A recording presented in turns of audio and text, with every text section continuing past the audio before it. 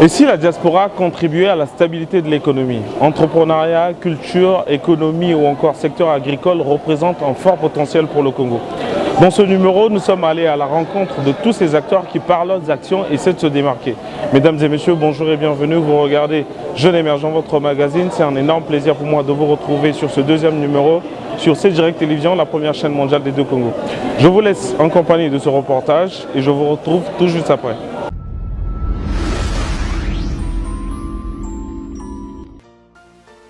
Et si le Congo, par sa diversité, devenait une référence mondiale? Économie, culture, tourisme, nouvelles technologies, développement durable, c'est sur 2 jours que cette première édition de Soft Power Days s'est déroulée à Brazzaville. Conduit par Marien Foné Ngombe, les ateliers citoyens du Congo ont été à la hauteur. Pour cette première, nous l'avons reçu sur le plateau pour vous. Retour en images de ces grands moments d'échange. Banquier d'affaires, plus de 15 ans d'expérience dans le monde de la finance, entrepreneur, conférencier, coach sportif, amoureux du Congo et afro-capitaliste convaincu, Loïc Makosso est associé gérant chez RES Investment, une société de conseil financier à vocation de banque d'affaires. Découvrez le portrait de celui qui veut contribuer au développement de l'Afrique grâce à l'émergence des champions nationaux. Mesdames et messieurs, bienvenue dans votre magazine Jeune Émergent.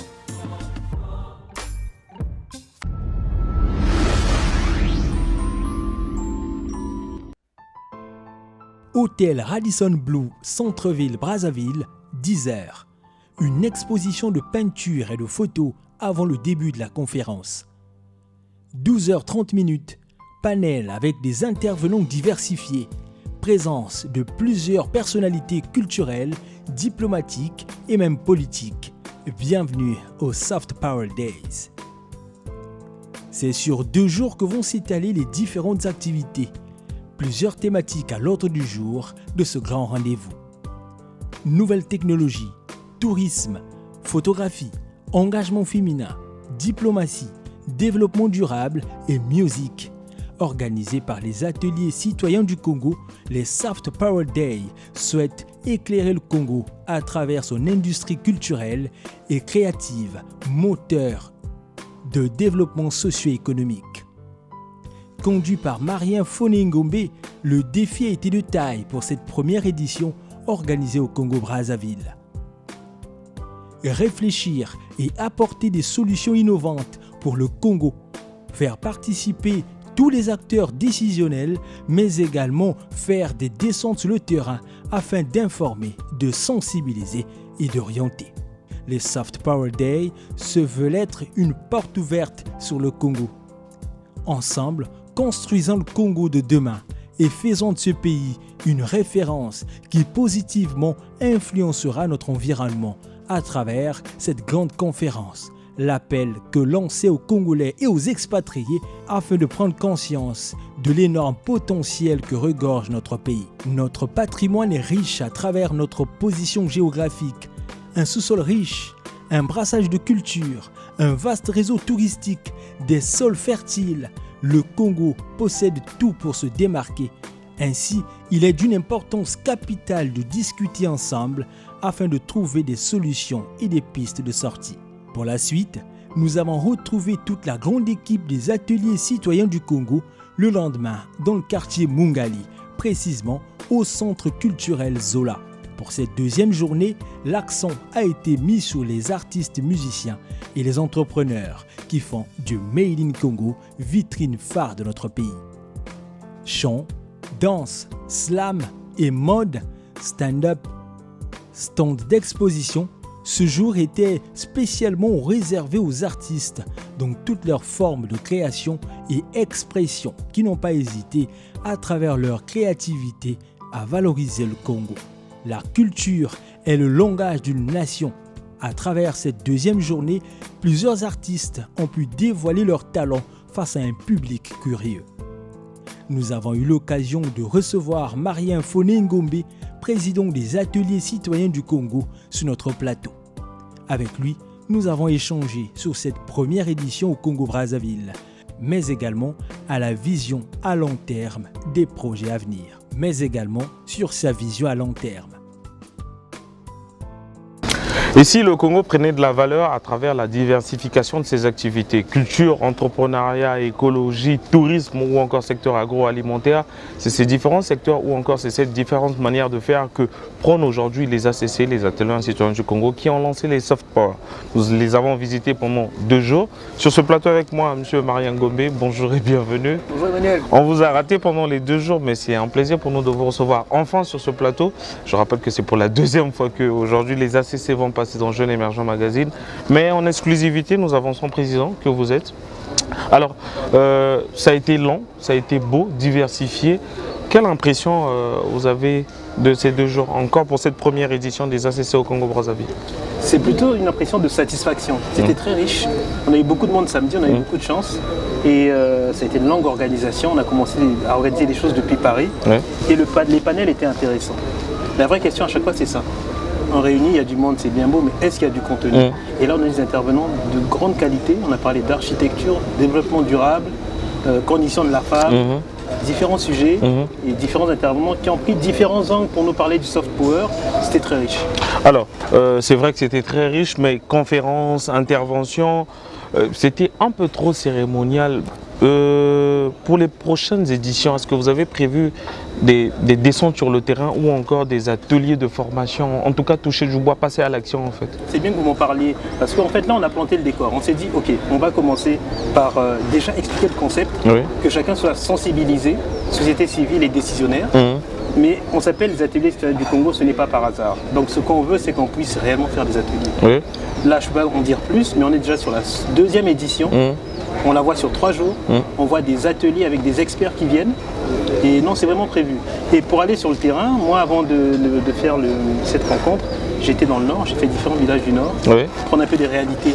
Parce que nous, on estime que c'est l'économie locale. Ce sont les collectivités locales qui vont faire que les choses prennent leur essor. Et on a des pistes et des choses à faire. Vous savez que dans les ACC, il y a beaucoup d'entrepreneurs. Donc par définition, on est des hommes de terrain. Et maintenant, c'est savoir comment organiser les choses et c'est prévu. D'accord. Alors, en parlant des ACC, c'est la structure que vous avez créée, que vous dirigez aujourd'hui. Qu'est-ce que nous pouvons retenir des ACC? Ou encore les ACC par définition, qu'est-ce que c'est? Les ACC, c'est un cercle de réflexion, un think tank, pour prendre le vocable anglo-saxon. À la base, un think tank, c'est produire des idées. On réfléchit sur différents sujets, on a fait des articles, on a consulté des experts, on a parlé d'éducation, on a parlé de la Covid, on a parlé de l'entrepreneuriat.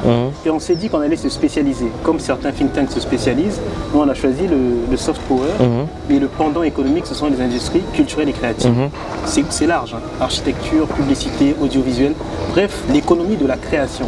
On parle de diversification de l'économie. Jusqu'ici, le Congo, 90% des recettes, c'est le pétrole. On sait aujourd'hui que l'économie de la création pèse plus lourd que l'économie extractive. Pour ne pas faire de publicité, Apple aujourd'hui pèse très lourd par rapport à des sociétés qui sont dans l'exploitation pétrolière. Donc nous, on dit que le Congo a un rôle à jouer. On est assis sur des choses énormes. Notre histoire mémorielle, la baie de Luango, tout le monde en parle aujourd'hui. La littérature congolaise est connue dans le monde. La SAP. La SAP. Un festival de la sapologie, imaginez de la ça. Sapologie, oui. Vous savez quand on dit ça, beaucoup de gens rigolent. Il y a des festivals dans le monde. Adama, Paris, la Sénégalaise a fait un festival qui rapporte de l'argent. Il y a des emplois qui sont créés, des emplois indirects, je le dis souvent, mais c'est vraiment vrai. Et après nous, et la SAP, ce n'est pas que le vêtement. Il y a toute la joute oratoire, il y a tout le verbe du sapeur. Bien et tout sûr. ça. On peut codifier, c'est festif et on peut créer de la richesse derrière. Sapologie, il y a aussi l'art, la joute oratoire, le verbe.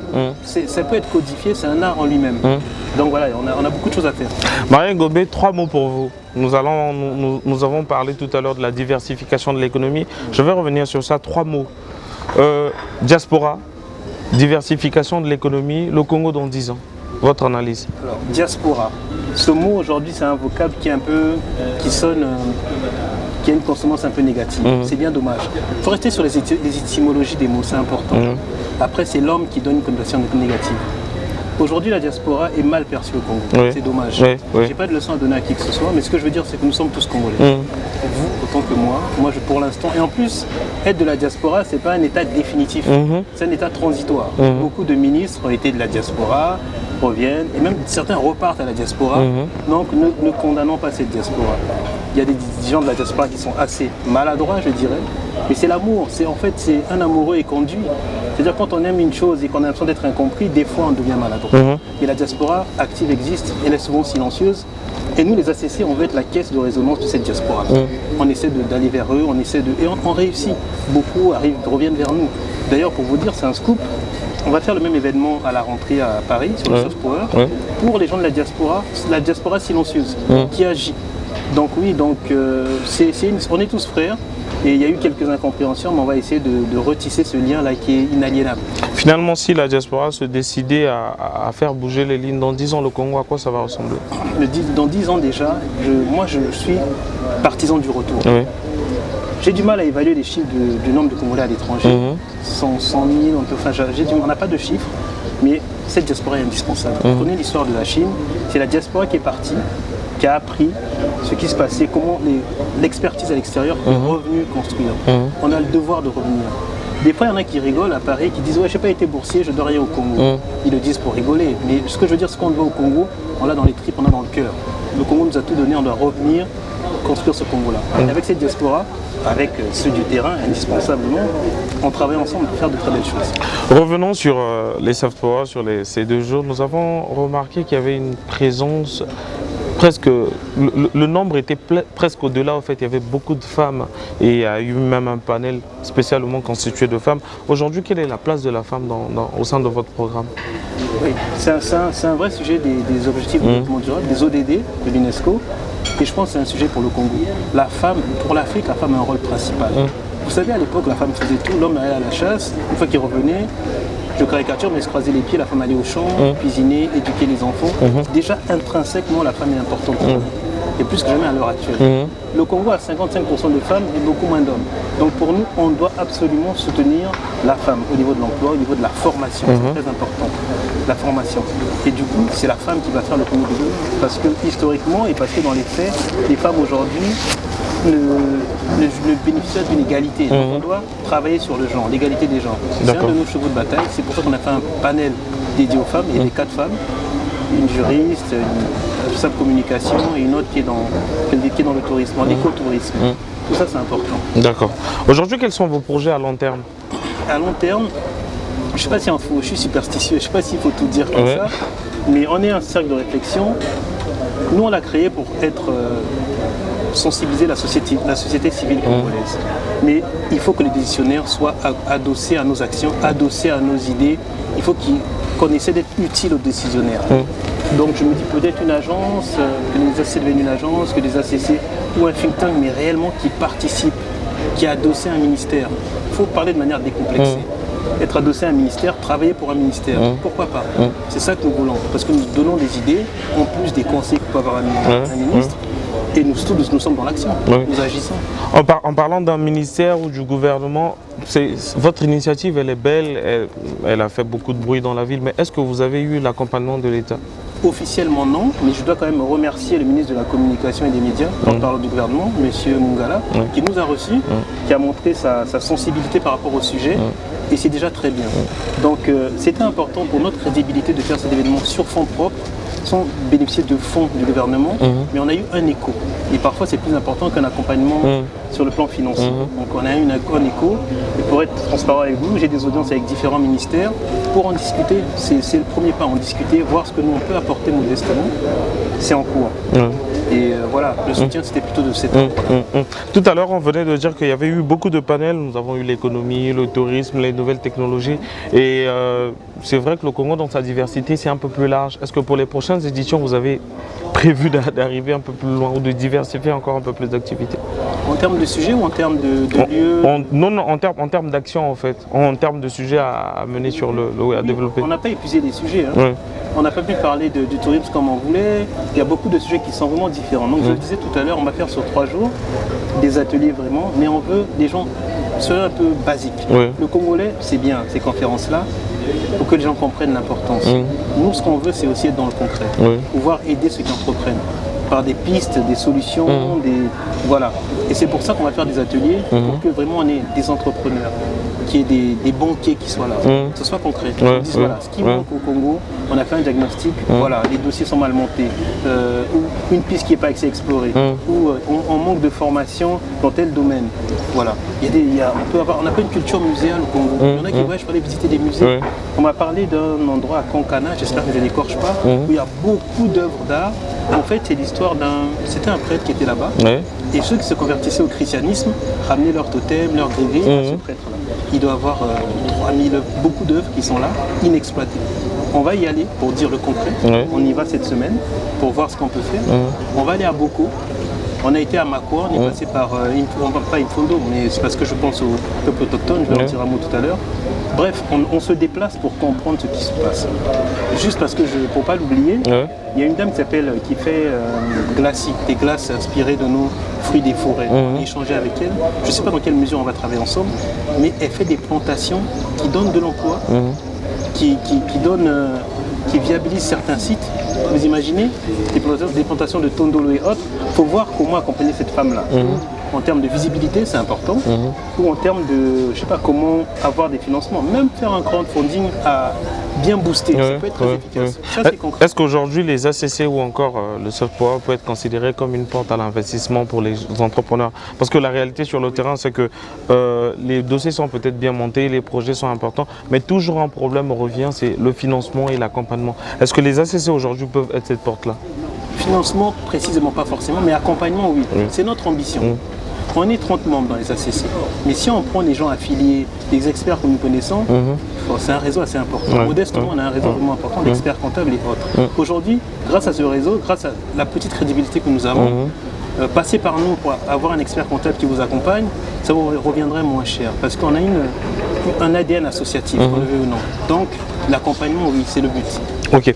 Et si aujourd'hui, à travers tout ce que vous avez récolté ici, vous essayez de vendre le Congo à l'extérieur et vous faites ça par exemple sur 5 ans, 10 ans, quels sont les retours possibles qu'on peut avoir? Les retours, c'est que, je vous dis sincèrement, c'est attirer des investisseurs étrangers. C'est ça le but. Mais donc, une coopération se prépare avec le ministre de la Coopération des Affaires étrangères, bien sûr. En tout cas, j'aimerais, sincèrement, je suis absolument à l'aise avec ça. J'aimerais. C'est une machine de guerre, j'ai envie de dire, ce ministère-là. Donc, si on peut être dans la danse, pourquoi pas? Parce qu'il faut vendre ce pays de 342 000 km², ce grand fleuve Congo. Le Congo, le mot le plus utilisé aux Amériques pour parler de l'Afrique. Congo Square, on est assis sur quelque chose d'énorme. Quand on parle de King Kong, c'est le mot Congo qui est juste un peu déformé. Mais le mot Congo résonne particulièrement. Il y a des villes dans le monde qui s'appellent Congo. Tout ça, ce n'est pas rien. Il y a quelque chose qu'on peut essayer de l'exploiter. Voilà. Et c'est par des partenariats publics-privés qu'on va y arriver. Il faut attirer des investisseurs. La baie de Luango, je suis intarissable, mais bon, allez-y. Marie Gobé, je rappelle que vous résidez en France et vous êtes spécialement venu avec toute votre équipe pour ça. Comme vous, il y a beaucoup de gens de la diaspora qui veulent venir ou ceux qui hésitent encore à venir au Congo pour lancer des initiatives. Quel est le message que vous voulez leur passer? Parce que je rappelle que nous sommes sur C-Direct Télévision, la première chaîne mondiale des deux Congos et aujourd'hui. Et donc, il y a beaucoup de personnes qui nous suivent. Quel est le message que vous pouvez leur Déjà, passer? je vais être humble parce que j'ai croisé beaucoup de Congolais qui n'ont pas fait d'événements mais qui sont là pour du business. J'en ai croisé, on est au Radisson Blu, 2. Donc, les gens bougent. De la diaspora, ils viennent, mais ils sont peut-être un peu plus discrets que moi aujourd'hui, du moins. J'ai pas de conseils à donner, ils savent des choses qu'on peut faire au Congo. Moi je vois des Libanais, ils sont pas là pour le paysage, ils viennent pas contempler le fleuve. Tous les Congolais savent. Le Congo est un peuple averti. Maintenant c'est une histoire d'opportunité, une histoire de rencontre, une histoire d'hommes, ils veulent de la visibilité, il faut qu'ils vous rencontrent et ainsi de suite. Non, la posture de donneur de conseils ou autre chose, non, je ne veux pas cette posture-là. Tout le monde sait qu'il y a des choses à faire, osons, et faisons ensemble. Donc ça c'est important. Nous on est ouverts les ACC. J'ai croisé un monsieur qui a une association qui veut faire un événement sur Paris. J'ai dit on va faire ensemble. Faisons ensemble et soyons le Congo de l'émulation. Moi je vais vous voir vous, je vais voir d'autres journalistes. Ouvrons le jeu. Ouvrons le jeu, libérons les énergies. Osons, ouvrons le jeu, libérons les énergies. C'est sur ces mots que nous allons conclure notre interview aujourd'hui avec Marie Gobé. Je rappelle que vous êtes président des ACC et vous venez de lancer les soft power officiellement ici au Congo-Brazzaville qui s'est tenu sur 2 jours. C'était un plaisir pour nous de vous recevoir sur ce plateau de Jeunes Émergents. Emmanuel, oui, merci beaucoup. Quel est votre dernier mot? Mon dernier mot, c'est merci. La gratitude, c'est très important. Savoir dire merci. Merci à vous. La deuxième fois que vous me recevez, dans des conditions vraiment, je vous remercie. Merci aux intervenants qui étaient là présents. Merci au public qui est venu en gros nombre. Et je remercie les membres des ACC. Ils mettent beaucoup d'énergie. Ils sont ils m'épatent. Merci encore. Donc, voilà. Et cette initiative ne va pas s'arrêter là. On se retrouve l'année prochaine avec les ACC, mais on va vraiment aller sur le terrain. Yes. Merci Maria. Merci.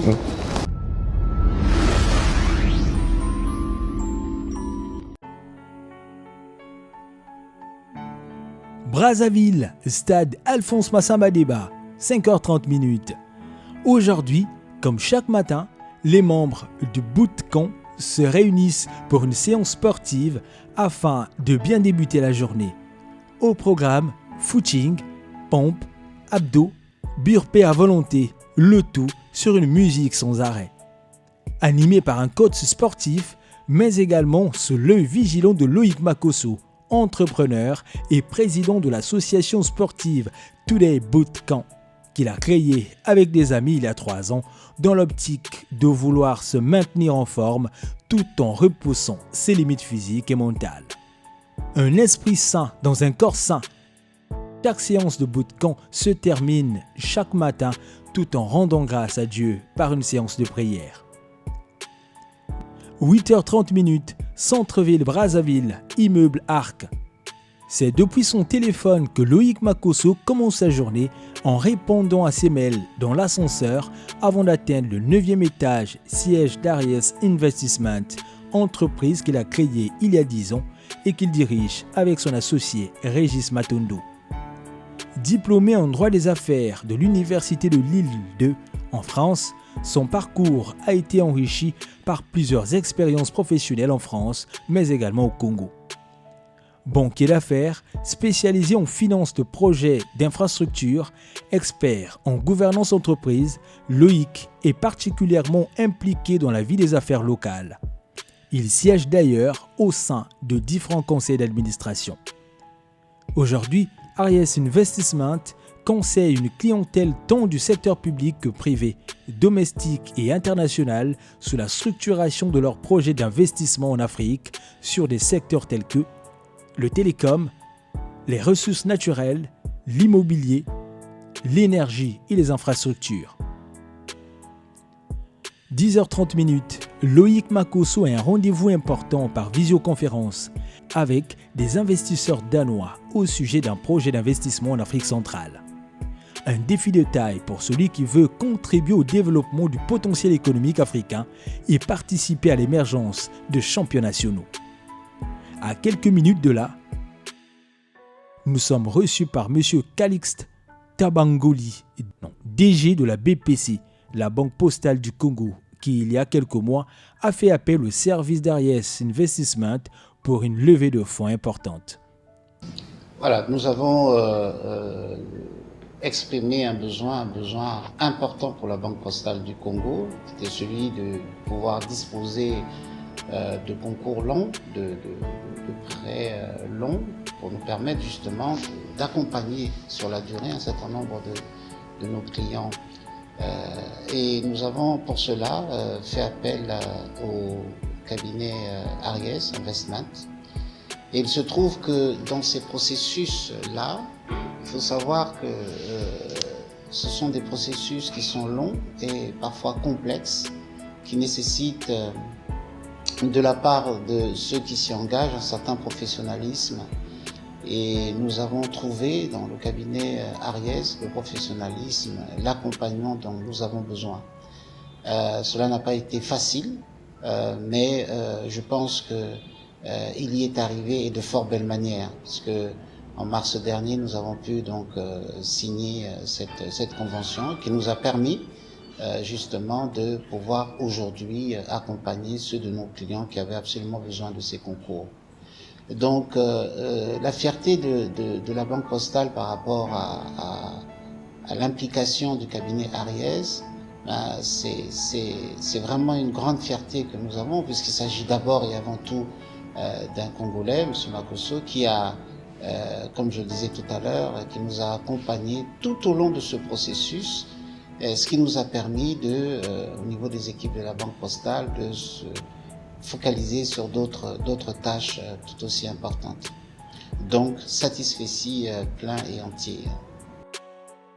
13 h, la journée est loin d'être terminée. Nous retrouvons Loïc pour un déjeuner à Mamiwata, donné à l'occasion du départ de son ami, un directeur d'une firme agroalimentaire de la place. Autour de la table, des chefs d'entreprise, directeurs de banque et les proches collaborateurs. Il est 16 h, Loïc Makosso enchaîne avec une interview en ligne pour une chaîne de télévision camerounaise. En tant que conseiller de renom, il intervient souvent sur les questions qui concernent l'essor économique de l'Afrique.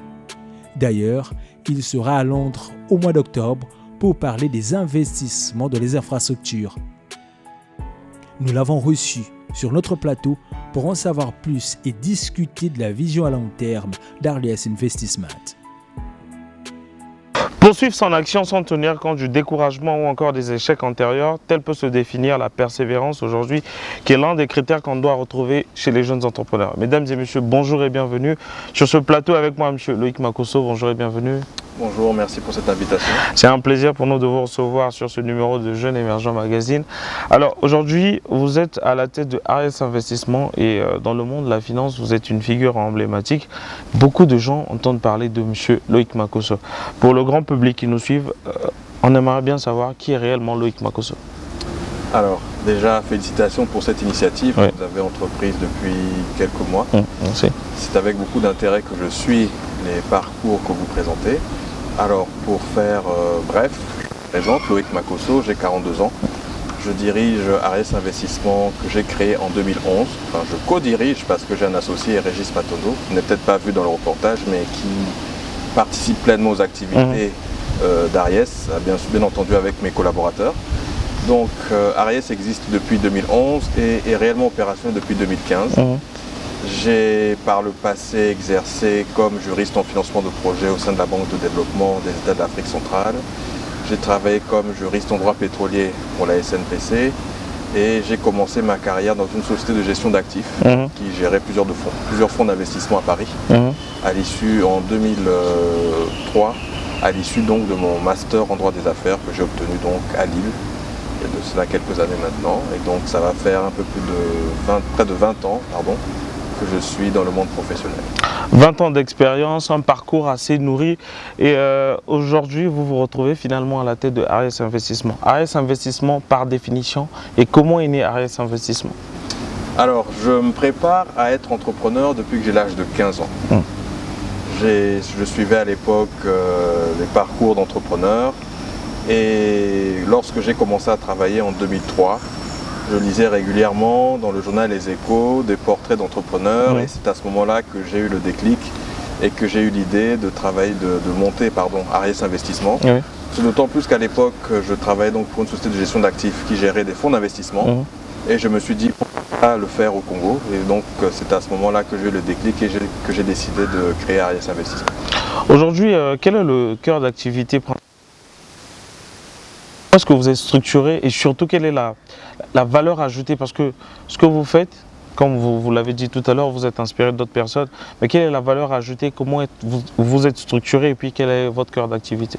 Alors aujourd'hui, Ariès Investissement conseille ses clients qui peuvent être des entreprises domestiques, c'est-à-dire donc établies ici au Congo, mais également internationales, dans la structuration et le financement de leurs projets d'investissement.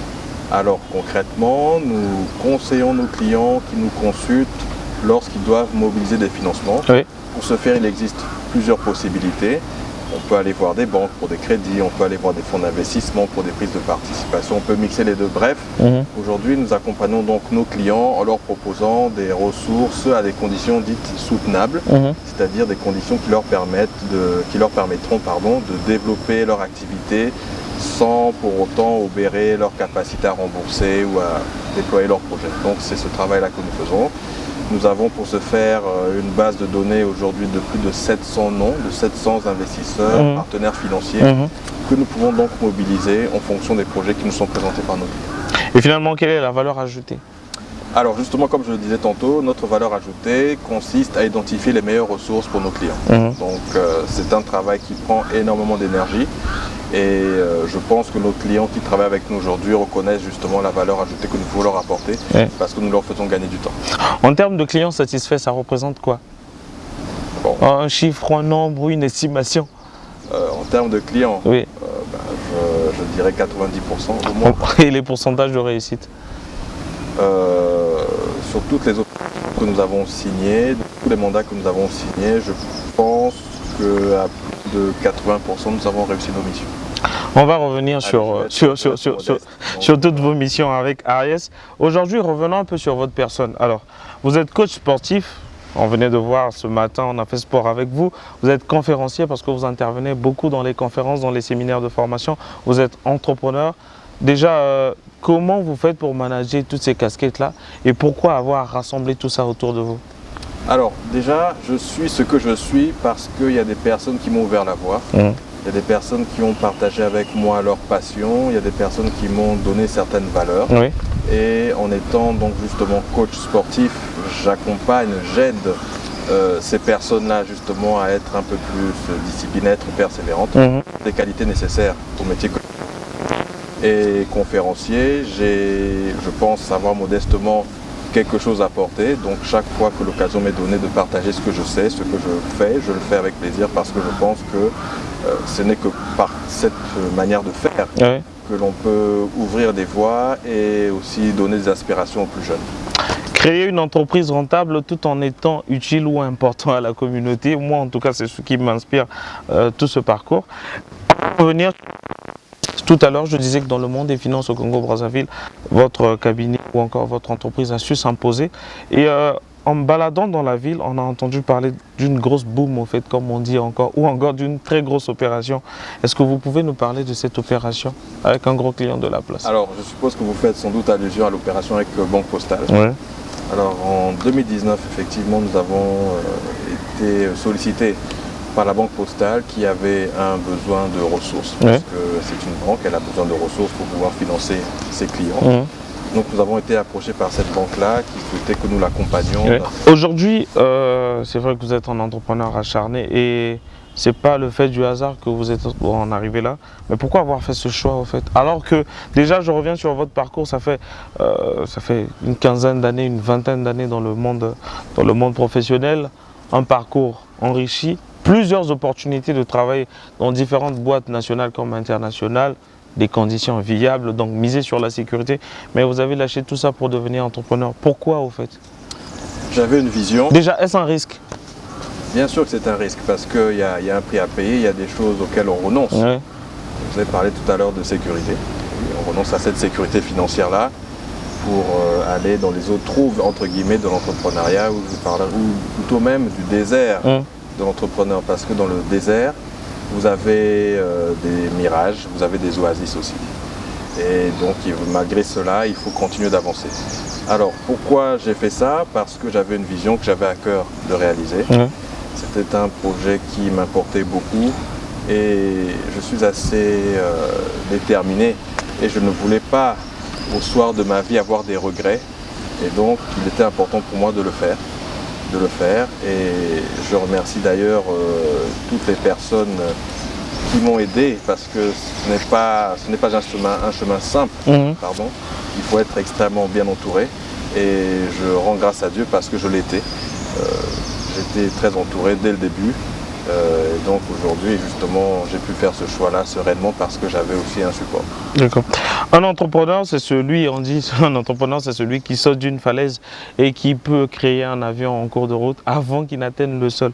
Aujourd'hui, personnellement et avec Ariès, quels ont été les grands défis ou encore les grands challenges à relever? Donc, vous savez, quand vous créez une entreprise comme la nôtre déjà, dans un service, on va dire, inédit, parce que c'est une offre qui n'existait pas telle que nous l'avions structurée. Donc le challenge c'était déjà d'avoir des clients, ensuite pérenniser l'activité. Il y a d'autres challenges, le challenge que nous avons c'est donc de construire une entreprise qui à terme deviendra une institution de telle sorte que même lorsque nous on ne sera plus là, l'entreprise pourra tourner. Tout ça, ça tourne autour d'un rêve au fait, mais on aimerait bien voir un peu le côté obscur. Est-ce qu'à un moment vous avez failli lâcher tout ça? celui qui dit qu'il n'a jamais douté, c'est un menteur. Donc oui, forcément, on a des doutes, mais après, la vision est plus grande que les peurs, que le doute, et donc on s'accroche. Je vous ai parlé tout à l'heure du désert de l'entrepreneur. Dans le désert, vous avez des mirages. Donc il est tentant d'abandonner après le premier mirage. Vous avez également des oasis. Et nous avons eu autant de mirages que d'oasis, donc cela nous pousse à continuer. Loïc Makosso, 3 mots pour vous. Crise économique, crise sanitaire, relance économique et le Congo. Quelle analyse vous pouvez faire? Bon, le Congo, depuis quelques années, en raison de sa dépendance au pétrole, traverse une crise sans précédent. Mais ce n'est pas une fatalité parce que le pays a un très fort potentiel. Déjà, il y a une population de 5 millions d'habitants, une population dynamique, et donc qui est capable, je pense, de se retrousser les manches et de le relever, les défis qui nous attendent. Nous avons aussi l'opportunité, la chance de vivre dans un pays stable, avec un gouvernement qui fait ce qu'il peut pour justement maintenir le navire à flot. Donc la crise que nous traversons n'est pas une fatalité et je pense qu'on peut sortir de là. En tant qu'expert, si aujourd'hui l'État a décidé d'avoir des fonds ou de mettre des fonds à disposition, quels seront les secteurs clés où il faut miser? Et surtout, quelle serait la stratégie qu'il faut employer pour sortir de cette crise? Alors, il va falloir, je pense à mon avis, encore une fois de plus, ce n'est que mon avis, il faut être humble, mobiliser des ressources pour justement investir dans les infrastructures. On parle aujourd'hui de développer l'agriculture, mais si vous n'avez pas d'électricité, si vous n'avez pas de route, c'est un effort vain. Et donc à mon avis, les ressources qui doivent être consacrées principalement au développement des infrastructures, que ce soit les routes, les ponts, les hôpitaux, les infrastructures sociales, ou même la production d'énergie, parce que sans énergie, nous n'avons rien. C'est d'ailleurs la raison pour laquelle aujourd'hui, dans notre portefeuille, nous avons beaucoup de projets dans le secteur de l'énergie, que ce soit ici au Congo ou en dehors du Congo, parce que justement, on a besoin d'énergie pour faire tourner une entreprise, une économie, et à mon avis, les efforts devraient être orientés vers l'amélioration des infrastructures. Si on prenait aujourd'hui le parcours d'un entrepreneur qui est jeune, qui va devenir une grande entreprise à l'intérieur, à quel niveau Ariès va agir dans cet acheminement? Alors, je vous avoue qu'aujourd'hui, nous conseillons plutôt des entreprises établies. D'accord.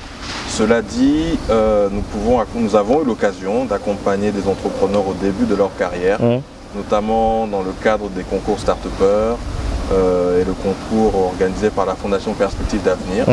Donc oui, nous pourrons partager avec eux notre expertise, leur donner les bonnes pratiques. Les bonnes pratiques, parce que c'est un challenge d'être entrepreneur. On n'est pas forcément préparé, vous êtes à la tête d'un navire et il faut très vite avoir le bon mindset pour pouvoir mener à bien son projet entrepreneurial, et donc modestement c'est quelque chose que nous pouvons faire aussi. En dehors des conférences où vous intervenez ou les séminaires de formation, est-ce que personnellement ou encore Ariès, est-ce que vous avez prévu des formations sur le terrain pour aider les plus jeunes? Bon, ça on le fait au quotidien, je veux dire, je rencontre beaucoup de jeunes tous les jours, et donc c'est chaque fois l'opportunité de partager avec eux mon expérience. Mais alors, qu'un programme établi à long terme? Pas pour l'instant. C'est beaucoup de travail, on est très pris par ailleurs, nous avons des ressources limitées, donc on fait ce qu'on peut avec les 24 heures que Dieu nous donne. Oui, et je rappelle qu'aujourd'hui, Ariès travaille pas seulement avec les entreprises privées, mais avec l'État également. Loïc Makosso, Ariès dans 10 ans. Suffisamment organisé, qui ne dépendent plus de son fondateur. Et je nous vois également leader dans les métiers de la banque d'affaires, que nous puissions accompagner plus d'entreprises, plus d'entrepreneurs, en mobilisant pour ces derniers des ressources, comme je le disais, à des conditions soutenables. Donc être leader dans les métiers de la banque d'affaires, pouvoir faire plus de mobilisation de financement, pourquoi pas de privatisation, accompagner les gouvernements de la sous-région dans leurs challenges en termes économiques et financiers. Et enfin, être la porte d'entrée des investissements en Afrique centrale, parce que les challenges sont importants et il va donc falloir mobiliser des investissements. L'Afrique centrale a un très fort potentiel qui intéresse beaucoup, et donc nous aimerions être acteurs de ce changement-là. Acteurs du changement, c'est le mot que nous pouvons retenir. En parlant d'investissement, on peut parler de coopération. En parlant de coopération, nous pouvons également parler de l'étranger ou encore de la diaspora. Et si la diaspora contribue à l'économie, je rappelle que vous avez également étudié à l'étranger, vous avez vécu à l'étranger, vous avez eu des opportunités à l'étranger, mais vous êtes quand même revenu à investir au pays. Un message à toutes les personnes qui nous suivent depuis la diaspora, parce que je rappelle que nous sommes sur C-Direct Télévision, la première chaîne mondiale des deux Congo. Un message à ceux qui nous suivent de la diaspora, mais bien sûr un message aussi à tous ces jeunes qui vous prennent aujourd'hui comme modèle. Alors je dirais 3 mots, vision, audace et travail. Ne pas avoir peur de sa vision, mais plutôt travailler à la développer. Faire preuve d'audace parce qu'on est dans un environnement avec beaucoup d'inconnus, mais il ne faut pas avoir peur de se jeter à l'eau. Et enfin, travailler énormément. Vous avez parlé tout à l'heure de ma journée. Mes journées commencent hyper tôt, vous savez vous-même, à partir de 4 h du matin. Et s'achève tard, donc 18h, 19h. Et tout ce temps-là, il est consacré au travail, sous ses différentes formes. Ça peut être un travail spirituel, mental, physique, bref, et même intellectuel aussi d'ailleurs. Donc oui, il faut travailler énormément, travailler pour les autres, mais travailler sur soi aussi. Investir en soi pour pouvoir justement donner le meilleur de soi-même et délivrer un service de qualité irréprochable. Vision, audace et travail, c'est sur ces mots que nous allons conclure notre émission. Loïc Makosso, c'était un plaisir pour nous de vous recevoir dans cette émission Jeunes Émergents. Et je rappelle que c'est pour la première fois que vous venez. Ça sera toujours un plaisir de vous recevoir. Vous avez un dernier mot? Merci pour cette invitation et une fois de plus, félicitations pour votre initiative. Nous serions ravis bien entendu de poursuivre ces échanges. Que ce soit en physique ou en virtuel. Et bien entendu, nous sommes joignables via nos différents canaux, à savoir notre site internet www.aries-investissement.com ou sur nos pages LinkedIn ou Facebook. Donc nous sommes ouverts, disponibles à partager et à échanger avec tous ceux qui le souhaitent. Et à collaborer avec tout le monde. Merci. Nous voilà à la fin de notre émission. J'étais très heureux de vous présenter ce numéro. Je vous donne rendez-vous pour le mois prochain, sûrement pour d'autres découvertes. D'ici là, prenez soin de vous. Je suis, tu es, nous sommes Jeunes Émergents. Merci et à très bientôt.